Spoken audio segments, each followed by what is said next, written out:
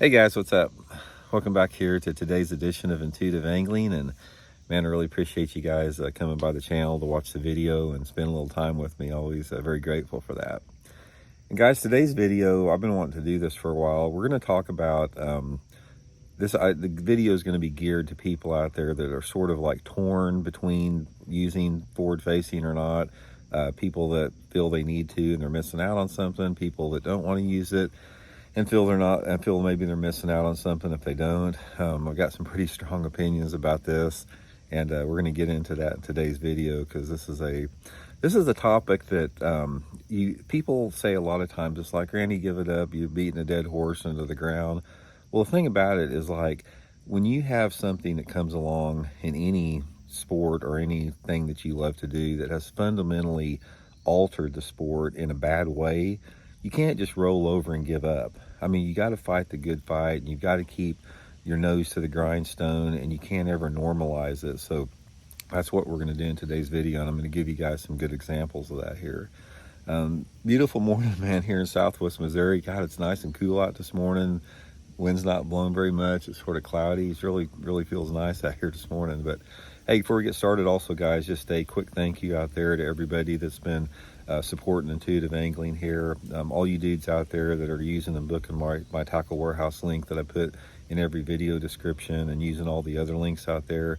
You guys are really doing a big help to the channel here. And also, I wanted to let everybody know that I'm getting ready to start up my on the water lessons again.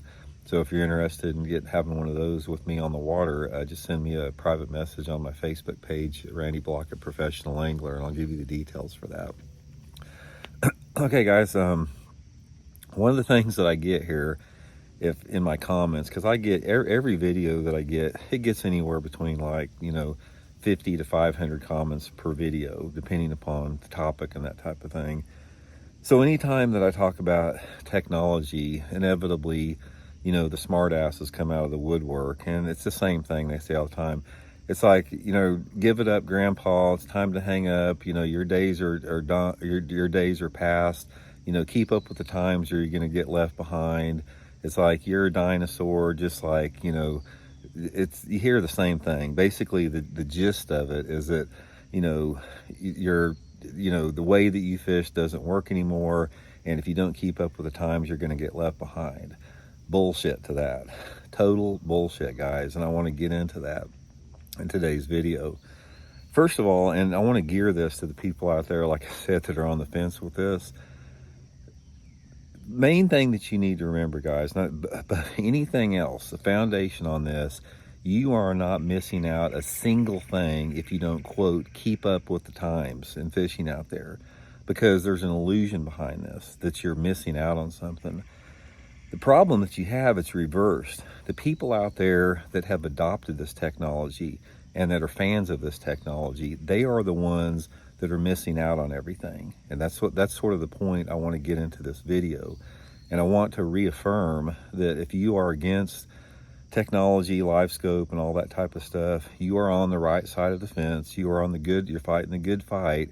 And in the big picture, in the long term, you're gonna come out of this entire experience with a lot more of a lot more benefits than you would if you went down the forward-facing sonar path.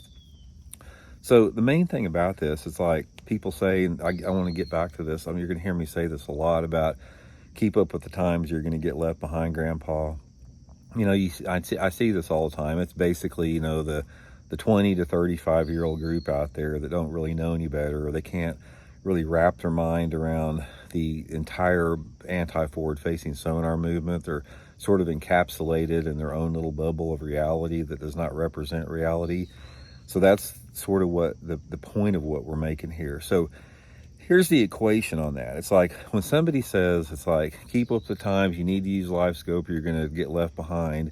It's no different than when I'm in my gym and you see some guy that's been, taking steroids for 4 or 5 years, and he's lifting, 25% more than anybody else, and he's jacked, beyond belief.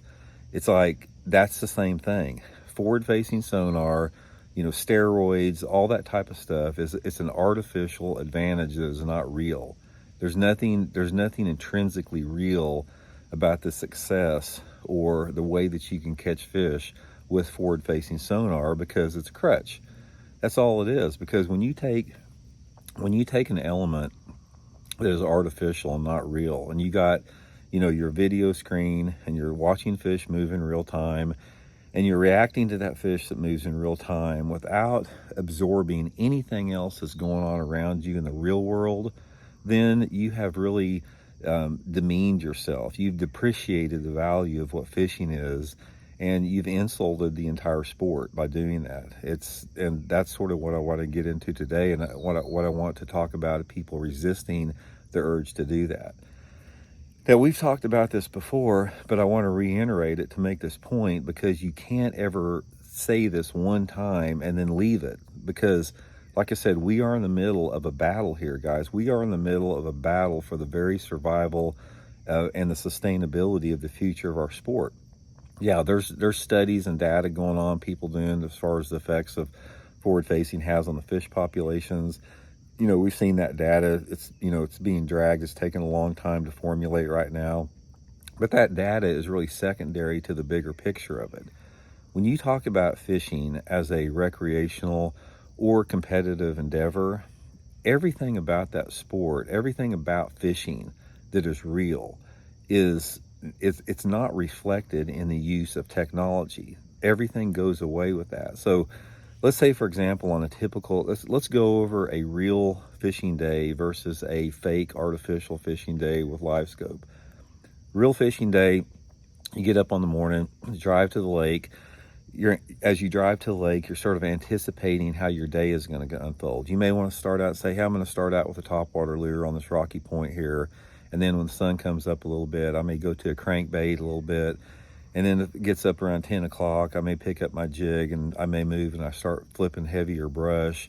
And, then I may, try jerk bait. And you've got all these different possible patterns and scenarios going through your head. And then when you go to the lake, you get out there, and most of the time people that are anti-tech, anti-forward-facing sonar, they're like that because they have a deeper connection to nature and the entire biorhythms of nature. So you get out on the lake, put your boat in the water, and you feel that cool air on your face, or you smell the water, or you observe some of the wildlife around the bank, or you look in the water, you can see the perch and the minnows swimming. Look up there and maybe see an osprey or an eagle. You're absorbing the entire experience with that. And that's one of the most valuable parts of it. And then you get out there and you let the day unfold with a multitude of different patterns that could unfold for that day. And every time that you go out there, and every hour that you either fail or succeed, you're learning constantly. You're learning more about the fish. You're learning more about seasonal patterns and movements. You're learning more about the mood and the personality of fish. You're understanding things about boat positioning and casting angles and speed of retrieves and lure profiles and all the things that makes bass fishing the most difficult sport of the world. But the main thing about there is when you are hunting bass from a traditional bass fishing means, the experience that you have with that is that immersion as part of that natural world. It's like you are part of that. You are hunting bass out there. And the reward of that is tremendous. It doesn't really matter everybody wants to catch fish, but it doesn't really matter in the big picture. It's the experience of just being out there and absorbing everything that's going on in the water. Okay, now let's compare that with the live scopers. Live scopers are driving on the way, they're on their way to the lake out there, and their game plan has nothing to do with patterns. There's no consideration as far as the dozens of different possible lure categories they could use, or the dozens of different patterns of topwater patterns, shallow water patterns, intermediate patterns, deep water patterns, all the possibilities that are out there before them. They know when they're going to go out there, they're going to crank up their motor, they're going to fire up their 3 graphs on the console, they're going to run to, wherever they're going to go there, they're going to put their trolling motor down, turn on their 3 units up front, and they're going to stare at that screen until they see some fish in live imaging. Then they're going to pick up their forward-facing sonar minnow, or, 2 or 3 other lures that they use to catch them on forward-facing sonar, and they're going to have their head glued looking at that screen all day long, ignoring everything that's going on around there. They're not looking at the sky, they're not looking at the water, they're not looking at the sunlight angle, they're not looking at the variations in ripple in the water and how that changes a fish mood and personality. They totally are oblivious to walking down the bank and seeing bluegills or minnows, or turning over a rock and seeing a crawdad, see what color the crawdad is. They are focused in this fake artificial world of staring at a Nintendo screen. That's what it is. And when you do that, you've diminished yourself, you've diminished the sport, you've taken the sport down to a notch where it's an absolute insult to the sport, it's an insult to the bass, and it's an insult to yourself for taking yourself away from everything that fishing means to be. So instead of, like, you know, the smart ass is saying, you know, keep up with the times, Grandpa, you're going to get left behind, I say, okay, smart asses, you know, if you don't keep up with the reality of fishing, which you're not, you are definitely going to get left behind. Because here again, what I want to leave this with a little bit, which I always refer to this, is if you're one of those people that are fortunate enough to live, say, in your 90s, and you've been fishing your whole life, and you're sitting there and you're laying on your deathbed and you're reflecting back on your life, you're not going to look back and say, God dang, I wish I'd have spent more time looking at that live scope screen. That was so satisfying, you know, to look at a video game screen and feel a strike and set the hook without even feeling a strike.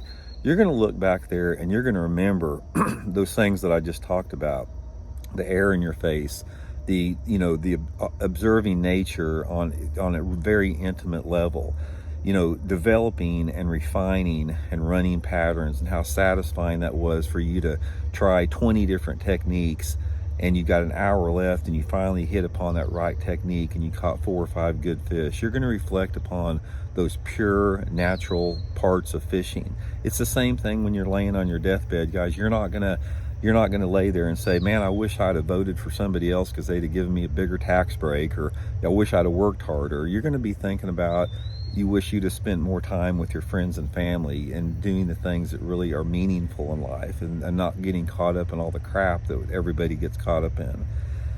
Point of the video, guys, all you guys that are on the fence about, you know, the spotlighting, or if you're, if you tried spotlighting and you don't know how you feel about it, or it doesn't feel right, or you don't like it, or you don't use it, like me, never like that, you're not missing out on nothing. You're not getting left behind on anything that just completely wiped out on your mind. It's like the people on the other side, they are the ones that are missing out on everything. Except what happens is, a lot of people in life, they get in a information silo, and they get in a bubble, and they can't see out of that bubble because they surround themselves with people that reinforce that bubble.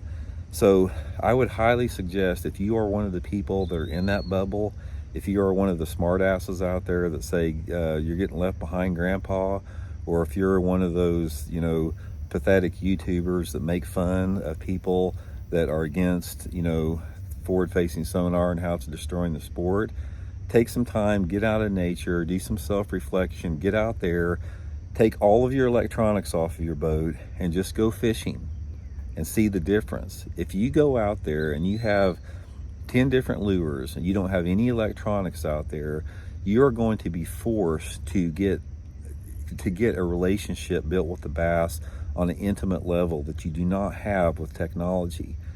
And a lot of people, when they see this video, you know, it goes in one ear and out the other. And they're going to say, yeah, whatever, Grandpa, beating the dead horse, you know, go back and live in 1975. I understand their point of view on that, because they can't comprehend what I'm trying to convey here. But a lot of you guys a lot of you guys are sitting there shaking their head, you know, right on, Randy, I understand, you know, you're right on. I mean, a lot of people get that. But ultimately, what it's about preserving the sport of bass fishing in its true form. And I've talked about this all the time, guys. Bass fishing in its truest form is, you have these elements of the magical and the unknown and the mysterious and the wonderment that comes with bass fishing. And once you take away from that, those elements that are the most powerful elements in fishing, you have diminished the sport and you've diminished your own experience in that. And instead of just saying the Randy's just this old washed up geezer fuddy-dud that doesn't know what he's talking about and he's yelling at the clouds, just try it for a little bit. Go out there, and the next 3 or 4 trips you go fishing, take your electronics off your boat and see the difference in your experience on the water, and then get back to me. So anyway, guys, hope you all are well. We'll talk later.